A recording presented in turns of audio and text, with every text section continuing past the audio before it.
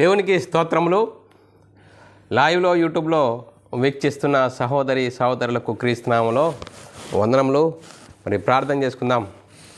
పరలోకమందున్న మా తండ్రి, నీ ప్రియకుమారుడు యేసుక్రీస్తు నామములో కృతజ్ఞతాస్తుతులు స్తోత్రములు చెల్లించుకుంటున్నాం నాయన. ఇంతవరకు సజీవ లెక్కలో ఉంచుకొని నీ కృపలో కాపాడుతూ భద్రపరుతూ సజీవులుగా ఉంచి నీ సన్నిధిలోనికి నడిపించి నీ ఆత్మతోనూ సత్యంతోనూ ఆరాధించుకొని నీ వాక్యం నేర్చుకోవడానికి ఇచ్చిన గొప్ప ధన్యత భాగ్యమును బట్టి కృతజ్ఞతాస్తుతులు స్తోత్రములు చెల్లించుకుంటున్నాం నాయన. మరి ఈరోజు క్రీస్తు రాజ్యము క్లాస్ నంబర్ 6 నేర్చుకుంటుండగా నీ కృపను అనుగ్రహించి చెప్తుండగా నాకును వింటున్న సహోదరులకు నీ కృపను అనుగ్రహించమని యేసుక్రీస్తు నామములో ప్రార్థన అడిగి వేడుకుంటున్నాం తండ్రి, ఆమెన్.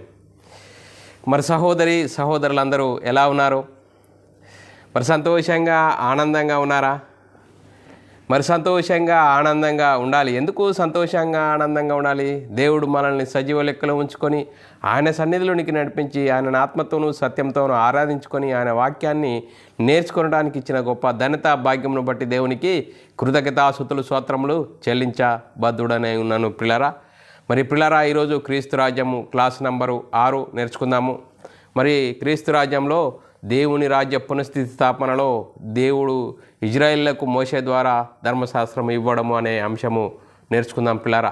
ఈ అంశం చెప్పబడుతుండగా ఒక వ్యక్తిని గురించి కానీ, ఒక సంస్థను గురించి కానీ, ఒక సంఘమును గురించి కానీ మాకే తెలుసు మీకెవరికి తెలియదు అనే ఉద్దేశంతో కాకుండా బైబిల్లోని ఆత్మ సంబంధమైన సంగతులతో సరిచేసుకుంటూ మన ఆత్మీయ ప్రయాణం చక్కదిద్దుకుంటూ మనమందరము దేవునికి మహిమ తెచ్చేవారంగాను ఘనత తెచ్చేవారంగా ఉంటూ ముందుకు సాగుదాం.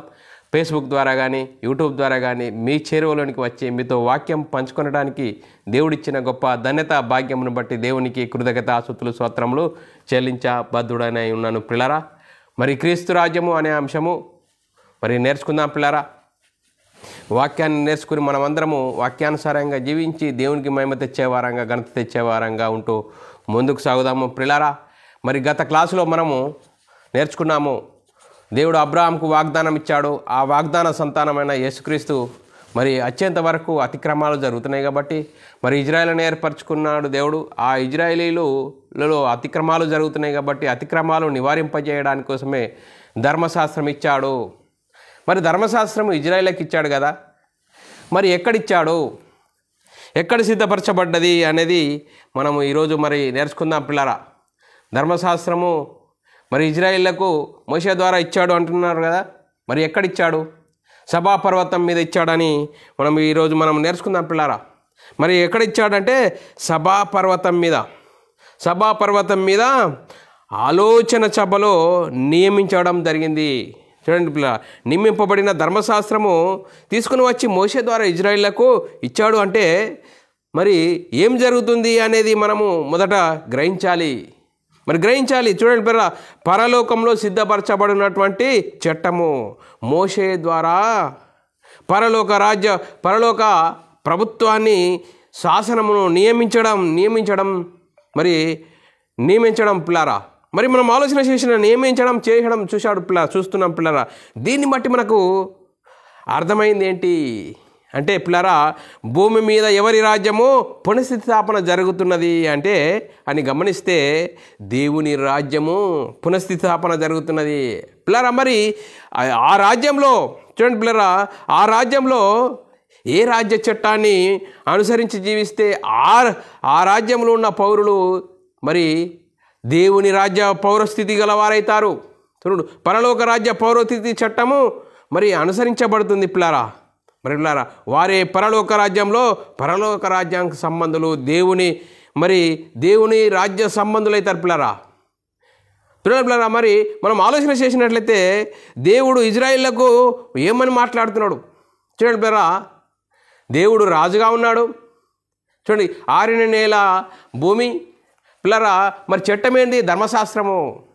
మరి దేవుడు రాజుగా ఉన్నాడు, దేవునికి చట్టం ఉండాలి. ఆ చట్టము అధికారాన్ని సూచిస్తుంది. మరి ప్రజలు ఎవరంటే ఇజ్రాయేలీలు.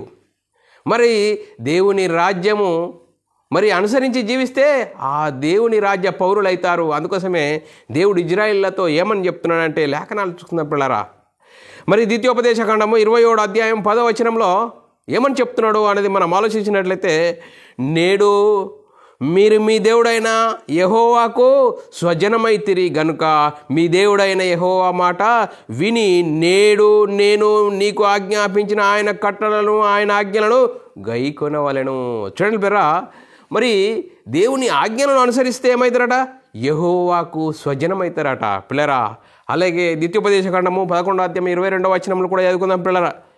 మీరు మీ దేవుడైన యెహోవాను ప్రేమించి ఆయన మార్గములన్నింటిలో నడుచుచు ఆయనను హత్తుకొని మీరు చేయవలనని నేను మీకు ఆజ్ఞాపించిన ఆజ్ఞలన్నింటినీ జాగ్రత్తగా నడుచుకొనవలెను. చూడండి పిల్లరా, జాగ్రత్తగా నడుచుకొనవలెను. ఇంకా మనం ఆలోచించినట్లయితే యెహోషువ గ్రంథంలో 22:5 కూడా చదువుకుందాం. అయితే మీ పూర్ణ హృదయంతో మీ పూర్ణ ఆత్మతో మీ దేవుడైన యెహోవాను ప్రేమించి ఆయన మార్గములన్నిటిలో నడుచుకొనుడి, ఆయన ఆజ్ఞలను చూడండి గైకొనుడి, ఆయనను హత్తుకొని ఆయనను సేవించురి. చూడండి పిల్లరా, దేవుని ఆజ్ఞలను అనుసరిస్తే దేవుని ప్రజలైతారు అని లేఖనాలు చెప్తున్నాయి పిల్లరా. ద్వితీయోపదేశకాండము 17:20 కూడా చదువుకుందాం. తాను తన సహోదరుల మీద గర్వించి ఈ ధర్మశాస్త్రం విడిచిపెట్టకుండా ఎడమకు కానీ కుడికి కానీ తొలగకుండా ఉండునట్లు మీ దేవుడైన యెహోవాకు భయపడుడి. చూడండి పిల్లరా, దేవుని ఆజ్ఞలు అనుసరించి ఏం చేయాలా? కుడికి కానీ ఎడమకు కానీ మరి తప్పకుండా ఈ ధర్మశాస్త్రము వాక్యములన్నింటినీ కట్టడలను అనుసరించి నడుచుకొనవలనని. చూడండి పిల్లరా, ఆ ధర్మశాస్త్రం ప్రతిరోజు చదవాలి, అనుసరించాలి, కట్టడలను అనుసరించి జీవించాలి అని దేవుడు మోషే ద్వారా ఇజ్రాయేళ్లకు ఇస్తున్నాడు. ఇజ్రాయేళ్ల చట్టము, మరి ఇజ్రాయేల్కి ఇచ్చిన ఆ చట్టము దాన్ని అనుసరించి జీవిస్తే దేవుని ప్రజలైతారు. కాబట్టి ప్రియులారా, ఇజ్రాయేలీలు అనుసరించడము చూడు, ఇజ్రాయేలీలు ధర్మశాస్త్రం అనుసరించడం ద్వారా దేవుని ప్రజలైతున్నారని ఈ లేఖనమును బట్టి మనకు అర్థమవుతుంది పిల్లరా. మరి పిల్లరా, మనం ఆలోచన చేసినట్లయితే ధర్మశాస్త్రము ఎలా నియమింపబడింది అని మరి మనం ఇంకా కొన్ని సంగతులు పరిశీలన చేద్దాం పిల్లరా. ఎలా నియమించబడ్డది అనేది లేఖనాలను పరిశీలన చేసినట్లయితే హెబ్రీయులకు రాసిన పత్రిక 2:1-2 రాయబడ్డది. ఎక్కడ నియమింపబడ్డది అనేది మరి 2 ఎందుకనగా దేవదూతల ద్వారా పలకబడిన వాక్యం స్థిరపరచబడినందున. చూడండి, ఎక్కడ? దేవదూతల ద్వారా పలకబడిన వాక్యం స్థిరపరచబడినందున అని లేఖనాల్లో రాయబడ్డది. అలాగే గలతీయులకు రాసిన పత్రిక 3:19 కూడా రాయబడ్డది. ఏమని రాయబడ్డది పిల్లరా? అలాగైతే ధర్మశాస్త్రం ఎందుకు? ఏవనికి ఆ వాగ్దానములు చేయబడినో ఆ సంతానము వచ్చు వరకు అది అతిక్రమములను దాని తర్వాత ఇయ్యబడెను. అది మధ్యవర్తి చేత దేవదూతల ద్వారా నియమింపబడెను. మరి మధ్యవర్తి ఎవరంటే యేసుక్రీస్తు అని లేఖనం చెప్తుంది పిల్లారా. 1 తిమోతి రాసిన పత్రిక 2:5 రాయబడిన లేఖనం చదువుకున్నట్లయితే దేవుడొక్కడే, దేవునికి నరులకు మధ్యవర్తి ఒక్కడే, ఆయనే క్రీస్తు నరుడు అని రాయబడ్డది పిల్లరా. మరి ధర్మశాస్త్రంకు మరొక పేరు ఉన్నది. ఏమని పేరున్నది? దేవుడైన యెహోవా నియమించిన ధర్మశాస్త్రమని. ఆ లేఖనాలు చూసుకుందాం పిల్లరా. 2వ రాజుల గ్రంథము 10:31 రాయబడిన లేఖనం చదువుకున్నట్లయితే, అయితే ఇజ్రాయేలు వారు పాపము చేయుటకు కారకుడైన యెరోబాము చేసిన పాపములకు యెహూ ఏమాత్రము విసర్జించని వాడై ఇజ్రాయేలీల దేవుడైన యెహోవా నియమించిన ధర్మశాస్త్రమును పూర్ణ హృదయంతో అనుసరించుటకు శ్రద్ధాభక్తులు లేనివాడాయను. చూడండి పిల్లరా, దేవుని మాటలు అనుసరించకుండా శ్రద్ధాభక్తులు లేనివాడాయనట. చూడండి పిల్లరా, ఇంకంతేకాదు, మరి ధర్మశాస్త్రం గురించి ఇంకా ఏమైనా రాయబడ్డది? మరి యెహోవా శాసనకర్త అని రాయబడ్డది. ధర్మశాస్త్రంకు మరో పేరు యెహోవా శాసనకర్త అని రాయబడ్డది. ఎక్కడ రాయబడ్డది అంటే కీర్తనల గ్రంథము 19:7 రాయబడిన లేఖనం చదువుకున్నట్లయితే, యెహోవా నియమించిన ధర్మశాస్త్రము యథార్థమైనది, అది ప్రాణమును తెప్పరిల్ల చేయును. యెహోవా శాసనము నమ్మదగినది అని రాయబడ్డది. అది బుద్ధి జ్ఞానములను పుట్టించును. చూడండి పిల్లరా, మనము ఆలోచన చేసినట్లయితే ధర్మశాస్త్రము ఎవరి ద్వారా నియమింపబడినది అంటే దేవదూతల ద్వారా నియమింపబడ్డదని రాయబడ్డది, యెహోవా ద్వారా నియమింపబడినది రాయబడ్డది. ఇంకా మనం ఆలోచన చేసినట్లయితే దేవదూతల ద్వారా నియమింపబడినది మధ్యవర్తి చేత నియమింపబడినది రాయబడ్డది. మధ్యవర్తి ఎవరంటే యేసుక్రీస్తు అని రాయబడ్డది. యేసుక్రీస్తు చేత నియమింపబడినదని రాయబడ్డది. యెహోవా ద్వారా నియమింపబడినదని కూడా రాయబడ్డది. మోషే ద్వారా కూడా నియమింపబడినదని రాయబడిన మరి సంగతులు చూద్దాం పిల్లరా. మోషే ద్వారా కూడా రాయబడ్డది, మోషే ద్వారా రాయబడిన ధర్మశాస్త్రం అని రాయబడ్డది. ఆ సంగతులు కొన్ని లేఖనాలు చూసుకుందాం పిల్లరా. 2 దినవృత్తాంతాల గ్రంథము 33వ అధ్యాయం 8వ వచనంలో చదువుకుందాం పిల్లరా. నేను మోషే ద్వారా నియమించిన కట్టడలను, విధులను, ధర్మశాస్త్రం అంతటిని అనుసరించి నడుచుకొనుటకు వారు జాగ్రత్త పడిన ఎడల. చూడండి పిల్లరా, ఏమని రాయబడ్డది? నేను మోషే ద్వారా నియమించిన కట్టడలను, విధులను, ధర్మశాస్త్రం అంతటిని అనుసరించి నడుచుకునే వారు జాగ్రత్త పడిన ఎడల అని లేఖనాలు రాయబడ్డది పిల్లారా. ఇంకా మనం ఆలోచన చేసినట్లయితే మోషే ద్వారా రాయబడిన ధర్మశాస్త్రం అని ఇంకో లేఖనం చూసుకుందాం పిల్లారా.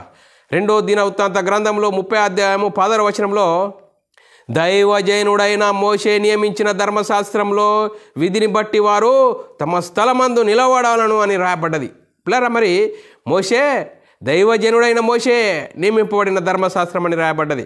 ఇంకా 2వ రాజుల గ్రంథము 23వ అధ్యాయం 5వ వచనంలో కూడా రాయబడ్డది. అతనికి పూర్వమును రాజులలో అతని వలె పూర్ణ హృదయంతో, పూర్ణాత్మతోనూ, పూర్ణ బలంతోనూ యెహోవా వైపు తిరిగి మోషే నియమించిన ధర్మశాస్త్రం చొప్పున చేసిన వాడు ఒక్కడును లేడని రాయబడ్డది. చూడండి పిల్లరా, మనం ఆలోచన చేసినట్లయితే పిల్లరా, మరి ఇప్పటి వరకు చూసాము కదా, ఏమని చూసాము? ధర్మశాస్త్రము గురించి దేవదూతల ద్వారా నియమింపబడిన ధర్మశాస్త్రం అని చూసుకున్నాము. మధ్యవర్తి క్రీస్తు చేత నియమించబడిన ధర్మశాస్త్రం అని చూసుకున్నాము. యెహోవా ధర్మశాస్త్రం అని చూసుకున్నాము. మోషే ద్వారా నియమింపబడిన ధర్మశాస్త్రం అని ఇవన్నీ చూసుకున్నాముగా. ఇవన్నీ ఒకటేనా? ఇవన్నీ వేరువేరా అంటే పిల్లరా, మరి ఇవన్నీ ఒకటే. కానీ మరి చాలామంది నేటికి మన సహోదరులు మరి ఈ ధర్మశాస్త్రము, ఆ ధర్మశాస్త్రం అని ధర్మశాస్త్రాలు వేరు అన్నట్లు చెప్తున్నారు పిల్లరా. మరి ధర్మశాస్త్రంకి అనేక పేర్లు, అనేక అంశం ఉన్నది పిల్లరా. ఆ అంశం ఉంటే చాలా చక్కగా అర్థమవుతుంది పిల్లరా. మరి మనం ఆలోచన చేసినట్లయితే పిల్లరా, ధర్మశాస్త్రం ఎక్కడ నియమింపబడింది అని మనం పరిశీలన చేస్తే పిల్లరా, పరలోక రాజ్యంలో, పరలోకంలో సభాపర్వతం మీద నియమింపబడ్డది. సభాపర్వతం అనేది ఎక్కడుంది అంటే సభాపర్వతం మీద ఆలోచన సభ అనేది ఒకటి ఉంది. ఈ ఆలోచన సభలో శాసనకర్త ఎవరంటే శాసనకర్త దేవుడు. ఈ ఆలోచన సభలో ఉండేవారు ఎవరంటే పిల్లరా, శాసనకర్త అయిన దేవుడు, మధ్యవర్తి అయిన యేసుక్రీస్తు. అయితే ఈ సభలో పాల్గొనేవారు ఎవరంటే దేవదూతలు. ఈ సభలో పాల్గొనేవారు ఎవరు? దేవదూతలు అని రాయబడ్డది పిల్లరా. మరి ఆ లేఖనాలు చూసుకుందాం పిల్లరా, ఎవరు దేవదూతలు అనేది. యోబు గ్రంథం 1వ అధ్యాయం 6వ వచనంలో రాయబడ్డది. దేవదూతలు యెహోవా సన్నిధి నిలుచుటకు వచ్చిన దినం ఒకటి తటస్థించెను. మరి పిల్లరా, యోబు గ్రంథం 2వ అధ్యాయం 1వ వచనంలో కూడా రాయబడ్డది. దేవదూతలు యెహోవా సన్నిధిన నిలుచుటకు వచ్చిన ఒక దినము తటస్థించెను. చూడండి పిల్లరా, ఇంకా మరి మనం ఆలోచన చేద్దాం. మరి పరిశుద్ధుల సభ అని రాయబడ్డది. కీర్తనలు 89వ అధ్యాయం 7వ వచనంలో పరిశుద్ధ దూతల సభలో ఆయన మిక్కిలి భీకరుడు. చూడండి పిల్లరా, ఇంకా యోబు గ్రంథంలో 15వ అధ్యాయం 8వ వచనంలో రాయబడ్డది. నీవు దేవుని ఆలోచన సభలో చేరి ఉన్నవాడవా? నీవు మాత్రమే జ్ఞానవంతుడవా? పిల్లరా, దేవుని ఆలోచన సభ ఎక్కడ ఉందంటే సభాపర్వతం మీద ఉందని మనకి ఇక్కడ లేఖనాలను బట్టి అర్థమవుతుంది. చూడండి పిల్లరా, దేవుని మరి మనం ఆలోచన చేసినట్లయితే ఇప్పుడు లేఖనాలు చూసుకుందాం పిల్లరా. సభాపర్వతం మీద, ఆ సభాపర్వతం మీద ఎవరెవరు ఉంటారంటే శాసనకర్త దేవుడు, మధ్యవర్తి యేసుక్రీస్తు, ఆ సభలో పాల్గొనేవారు దేవదూతలు అని నేర్చుకున్నాం పిల్లరా. మరి దేవుని ఆలోచన సభ ఎక్కడ ఉన్నదంటే సభాపర్వతం మీద ఉంది. ఆ దేవుని ఆలోచన సభలో దేవునికి ప్రతిష్ఠింపబడిన పర్వతము మీద ఉంది అని లేఖనాలు చూసుకుందాం పిల్లరా. ఎక్కడున్నది ఆ లేఖనాలు చూసుకుందాం పిల్లరా. మరి యెషయా గ్రంథంలో 14వ అధ్యాయము 12, 13, 14, 15 వచనాల్లో రాయబడ్డది. మరి చూడండి పిల్లరా, మరి సాతాను అపవాది మారకముందు వాడు ఏ విధంగా ఆడ ఆలోచన కలిగి ఉన్నాడు అనేది దీంట్లో మనకు ఇక్కడ అర్థమవుతుంది పిల్లరా. తేజో నక్షత్రమా వేకో చుక్క, నీవెట్లు ఆకాశము నుండి పడితివి, జనములను పడగొట్టి నీవు నేల మట్టుకు ఎట్లు నరకబడితివి. నేను ఆకాశమునకు ఎక్కిపోయేదను, దేవుని నక్షత్రమునకు పైగా నా సింహాసనమును హెచ్చించుదును. చూడండి పిల్లరా, ఎక్కడున్నదట? దేవుని నక్షత్రం ఆకాశమునకు ఎక్కిపోయేదను, దేవుని నక్షత్రం పైగా ఆయన సింహాసనము హెచ్చించుకుందనట. ఉత్తర దిక్కునున్న సభాపర్వతం మీద కూర్చుందును. ఈ లేఖనంను బట్టి ఎక్కడున్నది? ఉత్తర దిక్కున సభాపర్వతం అనేది ఉన్నది అని లేఖనాలు బట్టి మనకు అర్థమవుతున్నది పిల్లరా. మరి చూడండి పిల్లరా, మనము మేఘమండలం మీదకి ఎక్కుదును, మహోన్నతునిగా నన్ను నేను సమానునిగా చేసుకుందును అని నీవు మనసులో అనుకుంటేవి కదా. చూడండి పిల్లలు, వాడు అనుకున్నాడు. ఎక్కడున్నది ఇప్పుడు ఈ లేఖనంను బట్టి? మరి ఉత్తర దిక్కునున్న సభాపర్వతము ఉన్నది అనేది మనం నేర్చుకుందాం పిల్లరా. అలాగే కీర్తనల గ్రంథంలో 48వ అధ్యాయం 2వ వచనంలో కూడా రాయబడ్డది. ఉత్తర దిక్కున మహారాజు పట్టణమైన సియోను పర్వతము రమ్యమైనది, ఎత్తుగల చోట ఉంచబడి సర్వభూమికి సంతోషకరముగా ఉన్నది అని లేఖనాలు రాయబడ్డది పిల్లరా. ఇంకా మనం ఆలోచన చేసినట్లయితే యోబు గ్రంథంలో 37వ అధ్యాయం 22, 23 వచనాల్లో రాయబడ్డది. ఉత్తర దిక్కునున్న సువర్ణ ప్రకాశము పుట్టును, దేవుడు భీకరమైన మహిమను ధరించుకొని ఉన్నాడు, సర్వశక్తుడగు దేవుడు మహాత్యము గలవాడు. చూడండి పిల్లరా, ఈ లేఖనమును బట్టి మనం ఆలోచన చేసినట్టయితే దేవునికి ప్రతిష్ఠింపబడిన పర్వతము ఉత్తర దిక్కున ఉన్నది, సభాపర్వతం మీద ఉన్నాడు అనే లేఖనాలు బట్టి అర్థమవుతున్నాయి పిల్లరా. ఇంకా మనం ఆలోచన చేసినట్లయితే దేవునికి ప్రతిష్ఠింపబడిన పర్వతము అనే దాని గురించి మనము లేఖనాలు చూసుకున్నట్లయితే హెజ్కేలు గ్రంథము 28వ అధ్యాయం 14వ వచనం. చూడండి పిల్లరా, మరి అపవాది వాడు వారకముందు వాడు ఏ విధంగా ఉన్నాడు దాన్ని బట్టి ఇక్కడ లేఖనమును బట్టి అర్థమవుతుంది పిల్లరా. అభిషేకము నొందిన కేరీబు అయి యొక్క ఆశ్రముగా నుంటివి, అందుకు నేను నిన్ను నియమించి తిని, దేవునికి ప్రతిష్ఠింపబడిన పర్వతం మీద నీ ఉంటివి. చూడండి పిల్లరా, దేవునికి ప్రతిష్ఠింపబడిన పర్వతం అని ఇక్కడ లేఖనము రాయబడ్డది పిల్లరా. మరి మనం ఆలోచన చేసినట్లయితే దేవునికి ప్రతిష్ఠింపబడిన పర్వతము కీర్తనల గ్రంథంలో రాయబడ్డది 48వ అధ్యాయము. మరి లేఖనాలు చూస్తున్నాం పిల్లరా. 48వ అధ్యాయము 1వ వచనంలో, మన దేవుడైన పట్టణమందు ఆయన పరిశుద్ధ పర్వతమందు యెహోవా గొప్పవాడు, బహు కీర్తనీయుడై ఉన్నది, కీర్తనీయుడు అని వ్రాయబడి ఉన్నది పిల్లరా. మనం ఆలోచన చేసినట్లయితే సభాపర్వతం ఉన్నది, ఎత్తైన చోటు అని ఉన్నది, దేవునికి ప్రతిష్ఠింపబడిన పర్వతం అనేది ఉన్నది. చూడండి పిల్లరా, మనం ఆలోచన చేసినట్లయితే దేవుడు అత్యున్నతమైన సింహాసనం మీద ఆసీనుడై ఉన్నాడు అని లేఖనాల్లో రాయబడ్డది. యెషయా గ్రంథము 6వ అధ్యాయం 1వ వచనంలో రాయబడిన మాట, రాజైన ఉజ్జియా మృతి నొందిన సంవత్సరమున అత్యున్నత సింహాసనమందు ప్రభువు ఆసీనుడై ఉండగా నేను చూసి తిని. ఇక్కడ ఏం రాయబడ్డది? అత్యున్నత సింహాసనం అని రాయబడ్డది పిల్లరా. కాబట్టి పిల్లరా, దేవుడు మోషే ద్వారా ఇజ్రాయేళ్లకు ఇచ్చిన ధర్మశాస్త్రము లేక ఇజ్రాయేలీలు పొందిన ధర్మశాస్త్రము ఎక్కడ నియమింపబడ్డదంటే పరలోకంలో ఉత్తర దిక్కునున్న దేవుని సభాపర్వతం మీద, దేవుని ఆలోచన సభలో. కాబట్టి ప్రియులారా, ఇజ్రాయేలు పొందిన ఈ చట్టము పరలోక రాజ్యములో పరలోక చట్టము. చూడండి ప్రియులారా, పరలోక దేవుని రాజ్య చట్టము. దీన్ని అనుసరించి జీవిస్తే ఏమవుతారు? దేవుని ప్రజలైతారు, మీరు నా స్వజనమవుతారు అని దేవుడు అంటున్నాడు పిల్లరా. మరి ఇజ్రాయేలీలు ఎక్కడ పిల్లరా? మనం ఆలోచన చేసినట్లయితే ఇజ్రాయేలీలు అరణ్య దేశం నుండి కానాను చేరుకోవాలంటే దేవుడు మోషేకు చెప్పినట్లు, మోషే నాయకత్వంలో దేవుని మాట ప్రకారం మోషే వారిని నడిపించాలి పిల్లరా. మరి నడిపిస్తున్న తరుణంలో ఏం జరిగింది అనేది మనము లేఖనాలు చూసుకున్నట్లయితే పిల్లరా, మోషే నాయకత్వంలో ఇజ్రాయేలీలు మరి మోషేను ఎంత విసిగిస్తున్నారు, ఆ విసిగిస్తున్న తరుణంలో మరి దేవుడు ఏం చెప్తున్నాడు? మరి తండ్రి వీరు ఈ విధంగా అంటున్నారు, వీళ్ళని ఏం చేయాలి? ప్రతి ఒక్క మాట దేవుడికి విన్నవించుకున్నాడు. ఆ విన్నవించుకున్న తరుణం ఏంటో మనం కొన్ని సంగతులు చూసుకుందాం పిల్లరా.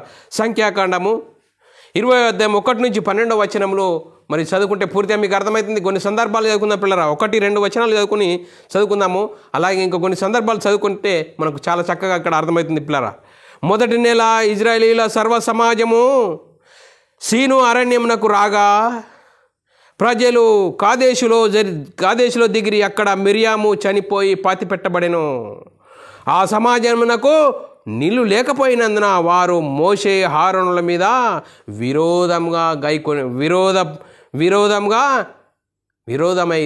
చూడండి పిల్లరా, మరి ఇప్పుడు వారు ప్రతి ఒక్క సమస్యను మరి ఏం చేయాలని ఆలోచన కాదు, కానీ ఏంటి మాకు ఇది లేదు అది లేదని ఎప్పుడు హెచ్చరిస్తూనే ఉన్నారు. హెచ్చరిస్తున్నప్పుడు మోషే ఏం చేశాడు? దేవునికి విన్నవించుకుంటాడు. దేవునికి విన్నవించుకున్నప్పుడు వారు ఏ విధంగా 7-8 వచనాల్లో చాలా చక్కగా రాబడ్డది. మరి ఏం చేయాలి అన్నప్పుడు మరి దేవుడు మోషేకి ఏ విధంగా చెప్తున్నాడో అంతటా యెహోవా మోషేకు ఇలాగూ సెలవిచ్చెను, నీవు నీ కర్రను తీసుకొని నీవును నీ సహోదరుడైన ఆరోను ఈ సమాజమును పోగు చేసి వారి కన్నుల ఎదుట ఆ బండతో మాట్లాడుము. అది నీళ్ళిచ్చును. నీవు వారి కొరకు నీళ్లు బండలో నుండి రప్పించి సమాజమును వారి పశువులను త్రాగనిమ్ము అని చెప్పాడు. చూడండి పిల్లరా, మరి వారు విసిగిస్తున్నప్పుడు, వారికి విరోధమైనప్పుడు, వారి సమస్యను మోషే దేవునికి విన్నవించుకున్నప్పుడు దేవుడు ఏం చెప్తున్నాడు? నువ్వు కర్రను పట్టుకో, నీవు నీ సహోదరుడు తీసుకొని ఆ బండతో మాట్లాడు. ఆ బండతో మాట్లాడినప్పుడు బండలో నుంచి నీళ్ళు వస్తాయి. ఆ బండలో నుంచి ఆ నీళ్ళు నీ సమాజమును వాళ్ళందరూ మరి తాగి తృప్తి పొందండి అన్నప్పుడు మోషేను విసిగిస్తున్నప్పుడు మోషే మరి దేవుని మాట మర్చిపోయాడు. చూడండి పిల్లరా, పదే విసిగిస్తున్నప్పుడు మనలో ఉన్న ఆలోచన అది బయటకు వెళ్ళిపోతుంది. అందుకోసమే మోషేకు దేవుడైతే బండతో మాట్లాడమన్నాడో, కానీ వీరు విసిగిస్తున్నప్పుడు వీరు విసిగించిన విధానమును బట్టి ఆ దేవుని మాటను మర్చిపోయి ఏం చేశాడు? 11వ వచనంలో, అప్పుడు మోషే తన చెయ్యి ఎత్తి 2 మార్లు తన కర్రతో ఆ బండను కొట్టగా నీళ్లు సమృద్ధిగా ప్రవహించెను, సమాజమును పశువులను త్రాగెను. 12వ వచనం, అప్పుడు యెహోవా మోషే అహరోనులతో, మీరు ఇశ్రాయేలీయుల కన్నుల ఎదుట నా పరిశుద్ధతను సన్మానించినట్లు నన్ను నమ్ముకొన పోతిరి గనుక ఈ సమాజము నేను వారికి ఇచ్చిన దేశమును మీరు తోడుకొని పోరని చెప్పాను. చూడండి పిల్లరా, నేనేం చెప్పానో ఆ మాటను మీరు అనుసరించలేరు, నా మాటను ధిక్కరించారు. అందుకోసమే మీరు నా మాటను ధిక్కరించారు. అందుకోసమే మరి ఏం చేశాడు?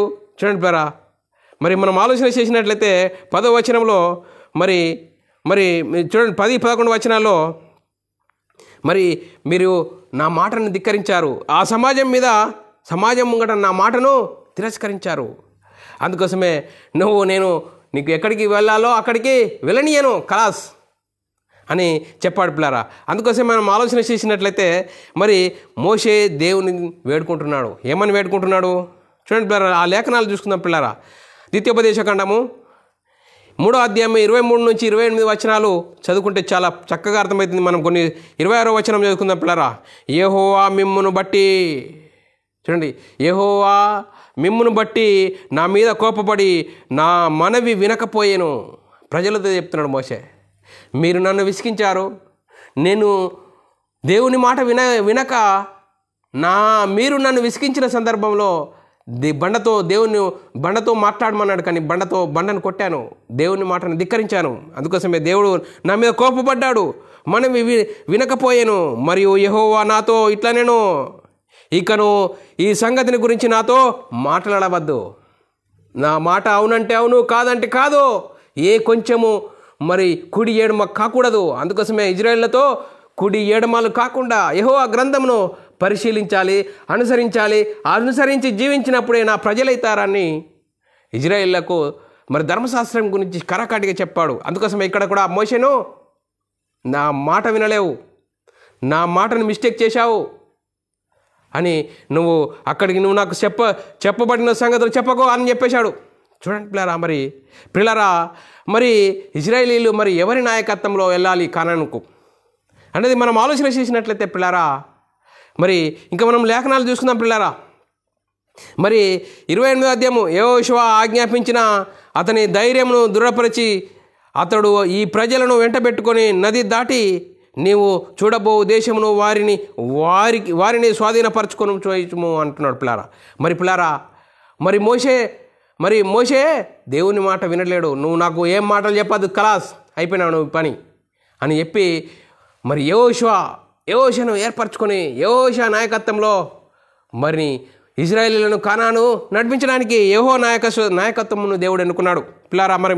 మరి ఇజ్రాయేలీలు ఎవరి నాయకత్వంలో యొర్దాను నది దాటి వాగ్దత్త దేశమైన కానాను దేశంలో ప్రవేశించాలంటే యెహోషువ నాయకత్వంలో. మరి మనం ఆలోచన చేసినట్లయితే లేఖనాలు చూసుకుందాం పిల్లరా.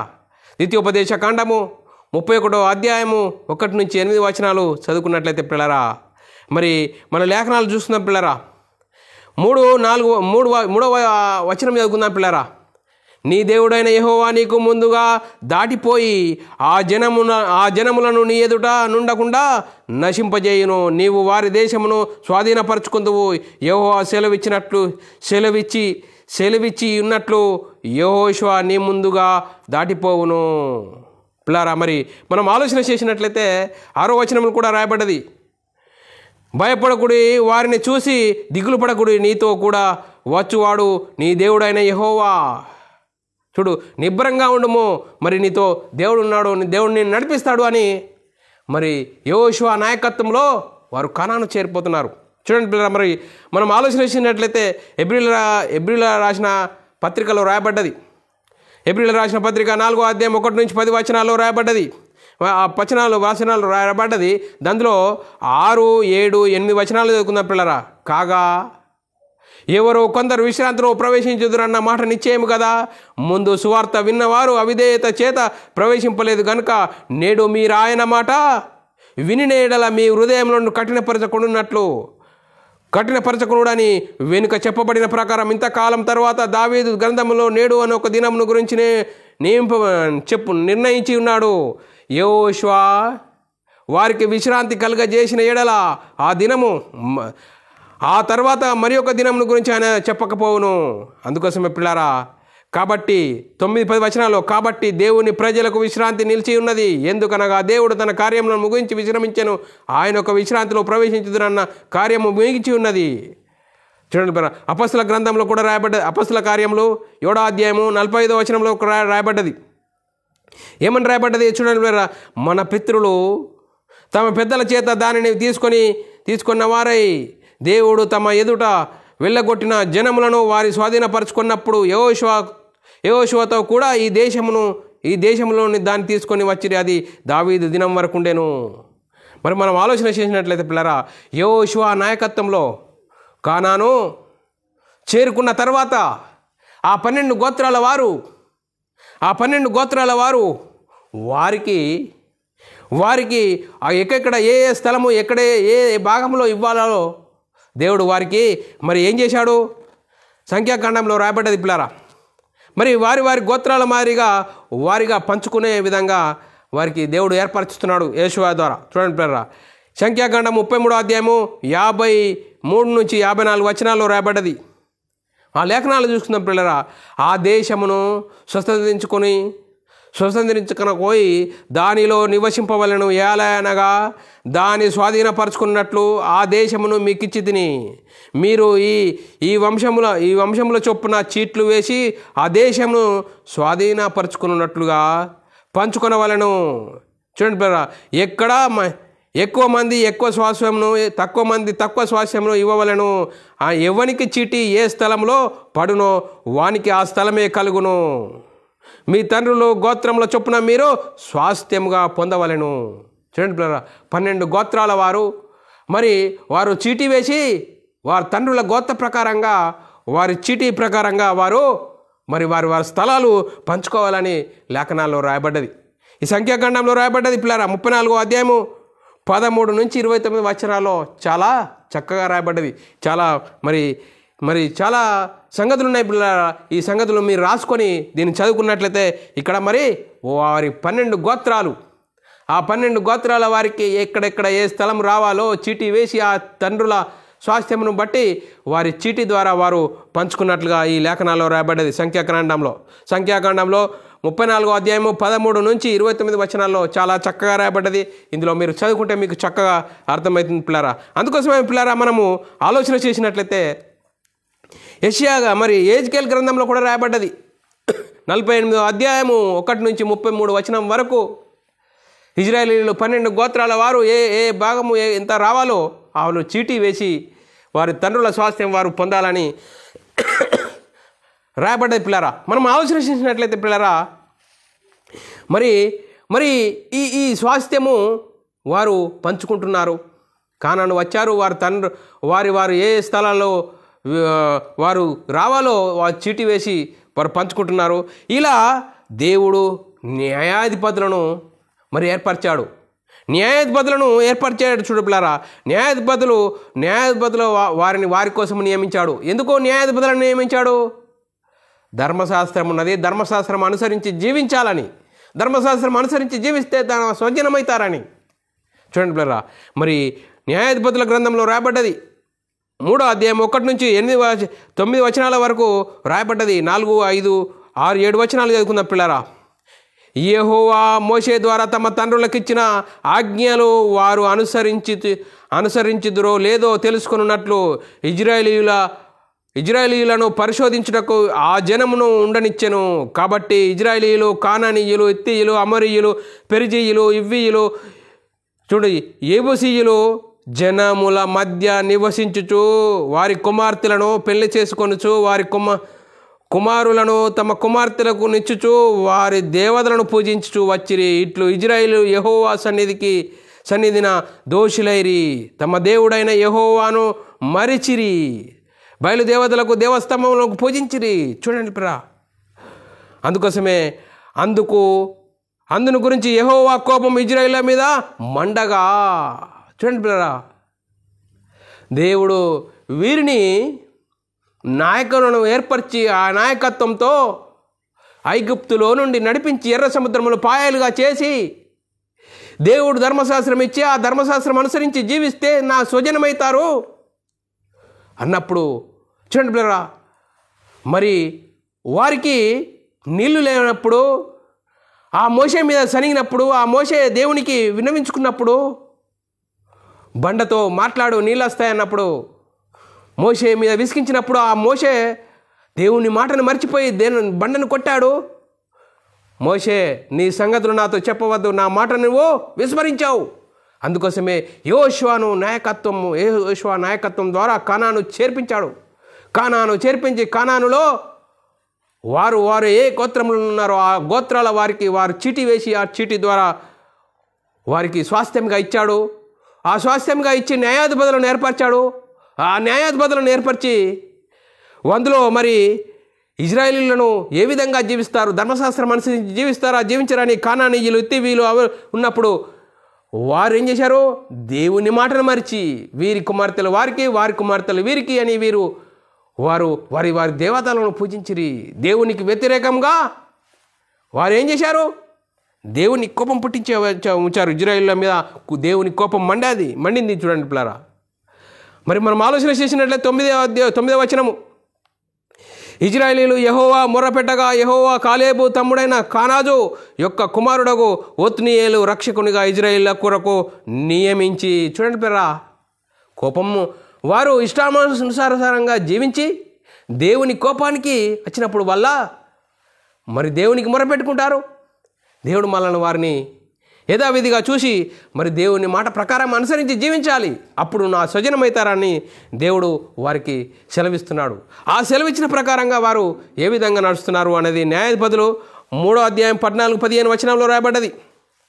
ఇజ్రాయేలు 18 సంవత్సరాలు మోయాబు రాజునకు దాసులయ్యి ఉండిరి. మళ్ళా కోపపడ్డారు, మరి వారికి దాసులయ్యారు. అందుకోసమే ఇజ్రాయేలీలు యెహోవా మొర్రపెట్టగా బెన్యామీనీయుడైన గేరా కుమారుడకు యెహూదాను రక్షకునిగా వారి కొరకు నియమించెను. అతడు ఎడమ చేతి పని వాడు. అతనికి ఇజ్రాయేలీలు మోయాబు రాజై ఎగ్లోను గుప్పకు పంపగా. చూడండి పిల్లరా, దేవుని మాటను అనుసరించాలని ఒకళ్ళను మరి ఏర్పరచుకొని వారి మాటల ప్రకారంగా నడవాలన్నప్పుడు నడుస్తా అంటారు, మరి వారికి ఇష్టమైన జీవితం జీవిస్తారు.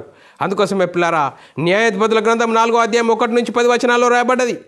ఏమని రాయబడ్డది? 3వ వచనం, అతనితో 920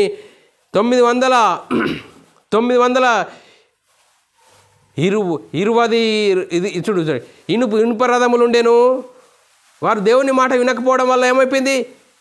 వారు 20 సంవత్సరములు ఇజ్రాయేలీలను కఠినంగా బాధపెట్టిరి. ఇజ్రాయేలు యెహోవాకు మొరపెట్టారు. మొరపెట్టినప్పుడు ఆ కాలం మందు లిఫిదోతునకును భార్య అయిన దెబోరా అను ప్రవక్తి ఇజ్రాయేళ్లకు న్యాయాధిపతిగా ఉండెను. దెబోరా న్యాయాధిపతిగా ఉండెను.